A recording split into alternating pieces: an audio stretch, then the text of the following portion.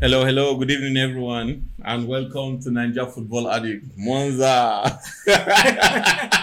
Yes, so good evening, ladies and gentlemen, and welcome to the show. Like I said yesterday, for those of you who are following me on social media, I said I'm going to be on the show today, and I'm back here. Just because Chelsea didn't win Liverpool yesterday doesn't mean that I'm not going to show up. So, Yeah, definitely. When the game was going on yesterday, I was like, oh my God, Munza. Chelsea are just losing bunches of chances, and I was like, damn, come on, guys. Yes. Well, that's what happened. Yeah, definitely.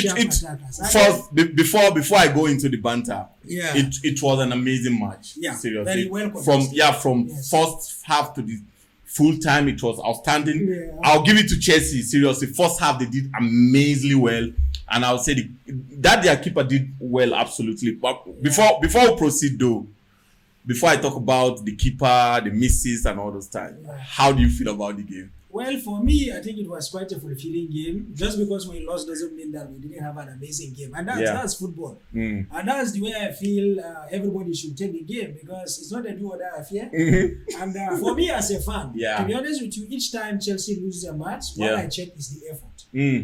Very important, bro. If we do very, well very together important. as a team, that's my consolation. I'm there to enjoy the game. We must not win every day. In fact, we have been winning. And each time somebody wins, somebody definitely loses. So that happens in football. That's my problem with all these cheese. Una two get mouth. No. That's just the reality of it. It's not I cannot come back here and say I'm looking for who to blame and things like that. No. People make mistakes, and until somebody make mistake, definitely a game is not going to be won.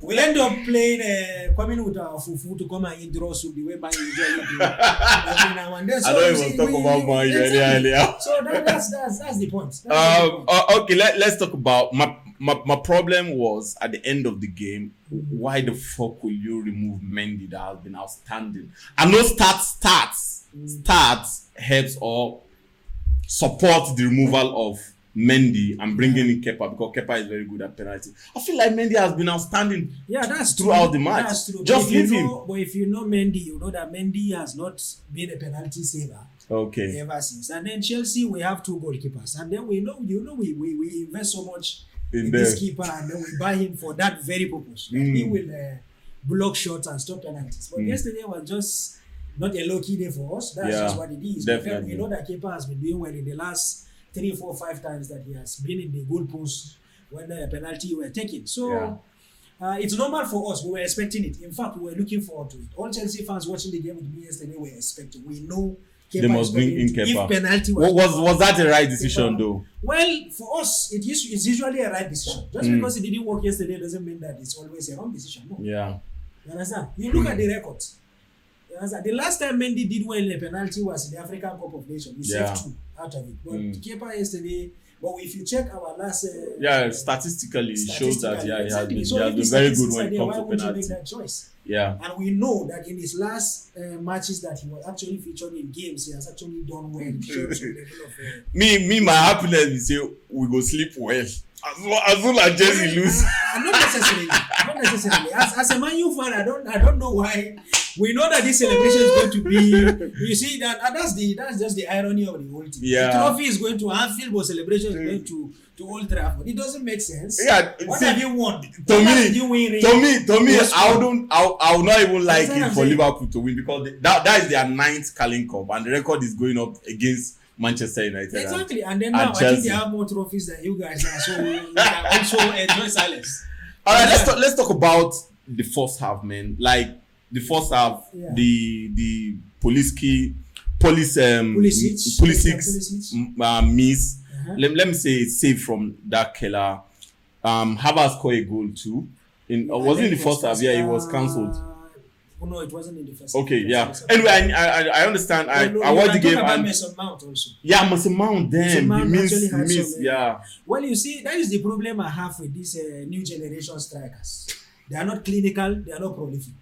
Because if you have the likes of Didier Drogba, Harry Kane, one chance is a goal. It's a goal yesterday. Definitely. Games like that, you don't have the luxury of time to be missing chances. Every now and then. You need a sports striker that can just convert any chance because chances hardly come. And one of the things you can actually celebrate or we can actually commend Chelsea for its Yesterday ability to create those chances. Yeah, definitely. We found the spaces. We were always finding those spaces and scored 3 goals and offside. Exactly. So if you look at the records, we had about the number of offsides were actually 7. Damn. About 7. 3 of them were actually goals that went into the net, but then they were cancelled. But that Lukaku goal, I feel like it's not offside. So that is where you see the Russia-Ukraine stuff coming into play. Because to be honest with you, it's quite painful. Yeah, I'm a Man U fan, but I felt it's not offside yesterday. To the entire game, because if you look at it, the measurement was not even. We know parallax error from physics. Yeah. We can detect this kind of things. Yeah. Because in every practical in physics, we avoided error due to parallax. But I'm just wondering why the referee yesterday and the entire VR team could not actually avoid error due to parallax. But it is what it is, and then this is the game. This is how we have to look at. We just have to live with it. But then, one thing I must say is that Chelsea have always fallen victims of bad officiating. So yesterday, one of it was one of it. Taylor was supposed to officiate that match, but because it was proven that his wife was a Ukrainian, she was from Ukraine, so there was no way he was emotionally attached to Ukraine. I did not get that information before. Wow. Exactly. And then even if he had officiated that game, Chelsea fans wouldn't have loved it, because the last time he officiated Chelsea-Liverpool game, he gave us a red card. But yesterday you could see that KEPA supposed to have a red card. That's awful, exactly, man. But like you won't come out the guy. There is no excuse. Chairman. You understand what I'm saying? It's bad. It's bad. Red card. But that should have been a red card. Serious. Even a yellow was not given. That was a bad officiating. Seriously. Exactly. So how do you explain that? Yeah. You understand? But we are not going to pass blames on anybody. The game came and it happened. Well, we cannot say we lost. We lost the trophy, but I think we did well. We showed class. Yeah. Because there are very few teams at the moment in the entire English Premier League that can confront Liverpool and do what Chelsea did yesterday. I'm serious. I was perfectly impressed yesterday with Chelsea's performance. Seriously, I never thought in the moment that. Statistics also, there are reasons why you shouldn't be impressed. Possession yesterday. One thing people didn't notice was Chelsea had no midfield. First half, 0 midfield. But you guys performed like 20 minutes of the first half. We performed, but we were using our wingers. Oh, yeah. Our game plan was strictly away from the midfield. Yeah, that's a point, man. Because the moment we decide to contest possession with Liverpool, we are going to lose that match. So what we did was the midfielders were there, but their roles were quite unique. Wow. A little bit different. And I think you can see Tuchel's masterclass in the way he arranged that team. He's such an amazing. I call him the Latin genius. I'm serious. The guy is good. Yeah. What we did yesterday that I loved was the fact that Mohamed Salah was completely contained. He was like his performance in if you think his performance in the African Cup of Nations was awful, yesterday was absurd. Well, yesterday we actually pocketed. They pinned him down. Exactly. Nothing. He only had one shot, and that shot went outside. Sorry, it's almost outside that. Look at our winger. Look at our winger. If you look at our wing back, Marco Alonso could not go to anywhere yesterday. No, he only crossed one ball throughout the entire 90 minutes because he was busy keeping Salah in his pocket. And he did very, very well. Nathaniel Chaloba did excellently well because Luis Diaz was our major problem yesterday. Luis Diaz was creating the chances. Taking advantage of his pace. That guy is amazing. Guy was completely amazing. Like there's a way he touched ball and he just move it to your front, like take it. As soon as you just want to come, he pick it back. That guy suffered us. Until they substituted that guy, we never had this. And the moment they substituted him was when Chelsea began to use our midfield to play. Giorgino came in and then the midfield stabilized and were able to hold possession for some time. And that was where we were able to actually create 2 chances and score 2 goals that were cancelled. So yesterday it was not just Chelsea's day. It was not just. Let's talk about Mendy. Outstanding to me. Basically, he's the best keeper presently. Exactly. So you see, when we say these things, people will bring Donnarumma will bring Alisson and say Alisson is this or that. You see this Mendy is amazing. Like he did. Double save twice. I swear. Apart from the fine header that came from the corner that was taken. I'm telling you. He was able to get that out of the field. And that was superb. That was so excellent. He's amazing. And that was why I was angry that they removed him yesterday. I was like, let him just finish. Let him take all the glories, man. Well, if KEPA has done what he usually do yesterday and set a penalty, he wouldn't have said that. it is what it is. We know what happened. We know the strategy. We know the game plan. As fans, we know that this is what Tuchel was going to do. So we are fine. It just didn't work for us as of yesterday, but it has always worked, and we will continue to do something like that because KEPA is a better saver. Because if you look at the two keepers, the way I look at them, Mendy has good reflex to be able to save the two shots simultaneously. But KEPA will never be able to. Yeah, he will not. Mendy is taller. One stretch, he can get the ball out. Yeah. He has very good high level of awareness, and then he's very prompt in his action. He can dive very well. He can always get to where the ball is going. But when it comes to penalties, somehow, I don't know, maybe it's because of his height, it takes him time to get to the ground or something like that. But KEPA has always... But I think one of the sad things I saw yesterday KEPA did was, I think for the first 7 penalties, KEPA was going to the left. Yes. But when the 2 lefties or 3 lefters came, the left-footed players, when they came to take on the penalty, was going right. And I was wondering, why can't you stick to that your left side? You understand what I'm saying? But you could see yesterday that he attempted to save one. Yeah, he attempted to save one. But I think, let me say, yesterday was the worst penalty attempt I've seen from KEPA in a very long time. Like, he just attempted only one. But anyway, the penalty was okay, 10-10. If I'm a Chelsea fan, I'll be going home head high, shoulder raised, and I'll be like, yeah, you guys perform very well. Because the beauty of football is the ability of you to watch your team and see them perform very well, even when they lose. If I'm going to rate our performance yesterday, to be honest with you, I'm not going to say it was an impressive performance, because look at the stats. Possession, we didn't have it. Total shots, Man U had 20, we had only Liverpool. 11. I know Man U. Liverpool. Which Man U? Man U cannot have 20 shots. Man U can never have 20 shots against Chelsea. So Liverpool had 20 shots against Chelsea, 11. Big chances created was 4 against 3. Liverpool created 4 chances. Big chances missed. We missed just 3. And if you look at the number of passes and the accuracy of the passes, Liverpool were more accurate with passes. Yesterday, I think most of our players were very sloppy with possession. I think that's why you said that you guys did not perform very well in the middle of the park. I can never take from a Chelsea player. When you are very careless with possession, that's what I don't like about Loftus-Cheek. That is what I don't like about Mason Mount. N'Golo Kante was making some incomplete passes yesterday, but you can see that yesterday he was playing in a different position, and then the way he was deployed in the game is quite different. But I'm expecting more excellence and accuracy as regards passes and things like that. Then if you look at fouls committed, Chelsea committed 14 fouls against 10. But I think the officiating was very poor. So you can the officiating was poor. I've seen a lot of fouls. Liverpool players committed that was not recorded, and it was not punished. Then if you look at number of passes, Liverpool made 638 passes.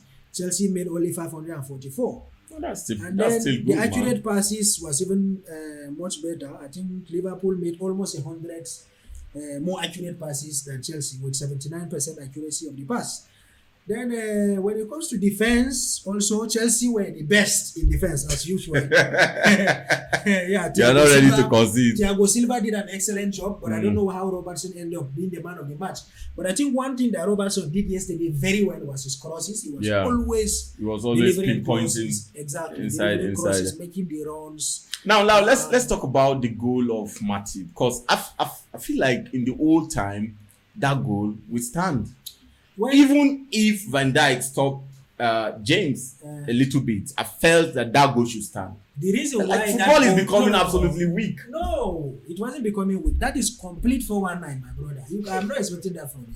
You are too good to say that kind of stuff. Yes, but it is now. Yes, because that clean goal when they score, they just cancel and say because Matip was not offside. But if Van Dijk has not held Chris James, he would have stopped Mane from touching that ball. That little energy hold. That little small. That holding is in the 18 is not small. Come on. Yes, come on, it's a matter of milliseconds. Come on, Munza. Can be the Munza. result of the goal. You understand what I'm saying? Milliseconds. All right. What this defeat now? Honestly, I didn't actually see the first time. But when they played the review, I was like, God just saved us. Like, it was the first time VAR is actually favoring us very well. All right, what do you think this defeat would do psychologically to Chelsea team? Psychologically, I don't think it's going to have any impact, because we're in how many competitions? We're still in the FA, we're still in the Champions League. In the Champions League. Yeah. We have the Premier League. We're still. No, you are not going anywhere in the Premiership. You cannot say that. How many matches do we have? You want to follow Man City? Yes, we are going to follow Man City, because we're not going to give up like that. those that they feel Man City have already outrun them or outshined them in their entire city. Nobody is feeling that. Everybody knows that. We don't know the only that. two people that can We don't compete know now that. is Anything can Liverpool, happen in Man the game City. of football. Whether it is injuries or they lose form, anything can happen. So we're not going to give So up you are still in three because competition. we're still in the Premier League. We're still going to be competing because it's a competition. And then we're going to continue to do that. But what I'm going to tell you is that for the most part, for those people celebrating outstanding before, I want to declare on this platform that outstanding are finished. It has been exhausted. You don't have lifeline, you cannot phone a friend, you cannot use 50-50. No lifeline for Man U. So you think Man U cannot finish in top four? Arsenal have outstanding. I think Arsenal should have 2 or 3 outstanding matches. Wolves. How many outstanding? Tottenham also should have. No, Tottenham, they've played there. Exactly. So it's only Arsenal with 3 though. What of West Ham? West Ham have played. Sorry, Tottenham is having 2. West Ham are alright. Alright. So if you look at that, by the time you add those 6 points, 6 points and 9 points, Man U will be resetting back to factory setting position 6, and then they will be heading towards Europe. Muza. So Muza, if you want to really pick your best player. Right now, sir, I heard that Man U no longer have a flight partner or Liverpool Morgan load the year. Now me the year. When Morgan coming I from don't know whether Bangkok. you people are going to be using Molwell to go to Europa, because that's what is going to be happening. Now that you guys don't have any airline partner or air carrier partner. You're about to lose your club, you know. We are not losing our club because we have already given the club to charity. Charities, they've not accepted it though. They have not. Well, it doesn't. We have already verbally declared. But was it the right decision for Abrahamovic to do? Well, I think it's a right decision because if you look at what is happening in Britain, they are bringing politics into football, which is quite abnormal and it's not supposed to be because it's not making sense. Yeah. You understand? It's not a crime for a club to be owned by a Russian. You understand what I'm saying? If you want to sanction the man, focus on the man, not the club. If you look at the club, it's like a community. It's like a family. There are a lot of people that are emotionally connected to that, and they are your citizens. So punishing the man for owning the club, having owned the club for 19 years now, and having produced the turnaround, I think it's commendable. So I think what he did is a very smart decision, and that is what I expect. That's a very good move from him. You want to distance himself because if you can see now, you understand that his passion for the game and for the club. Yeah, that's what I love about this man. His passion for football. And that's how it's supposed to be. Outstanding. One thing I would like to say on this platform is that we must learn how to keep issues exclusive to each other. This football and Russian, Ukraine, they should be mutually exclusive. They should be mutually exclusive. So it's an intelligent move for him to do that. It's an intelligent move for him to do that because I'm sure the law permits that because that guy cannot be ignorant of the law. And definitely. So let him hand it over to the charitable club. If Marina Granovskaya is still there and then she can run things the way she has been running things, I think she should be fine. But right now, I know they are going to come after her to try to sanction her. But if she goes, we can run that thing remotely. He has been doing that for how many years now? Yeah. That's it. But it's quite unfortunate because for me, I see no reason why it should be like that. It's a community. And if you look at the Glazers and Man United fans' relationship, you will understand that the fans are now having enough power to determine what happens and what doesn't happen. And in fact, they are even advocating to keep the entire Glazers out. So when they are trying to do that, you can see that the community is more important than the owner. Definitely. It's such a nice move from the man, and I love the man because of his passion. Now every time Chelsea is playing, when he was in London, he comes in every time and Stamford Bridge. Exactly. Lampard said something one certain time that as soon as he bought the club, he came into Stamford Bridge. He looked at the training ground and he was like, "We'll start from here. We're gonna change everything. We'll move to here." And Lampard was like, "Yeah, now this is serious." Because after Abrahamovic, I think he changed everything. Yeah. After Abrahamovic, I think the next owner that changed the club effectively was going to be this late guy that died, the owner of Leicester. Yeah. You understand? Having used the proceeds from Maguire's sales to Manchester United to build that state-of-the-art training facility to come and use it to win Man U. The following season, it's quite amazing. Moza, thank you so much for coming.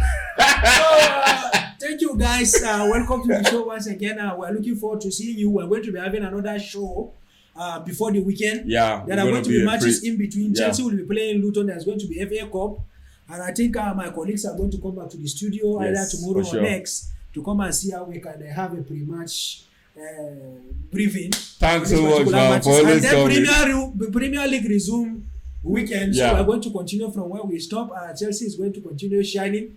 But if you are going to watch Man U match, I suggest you come with your fufu.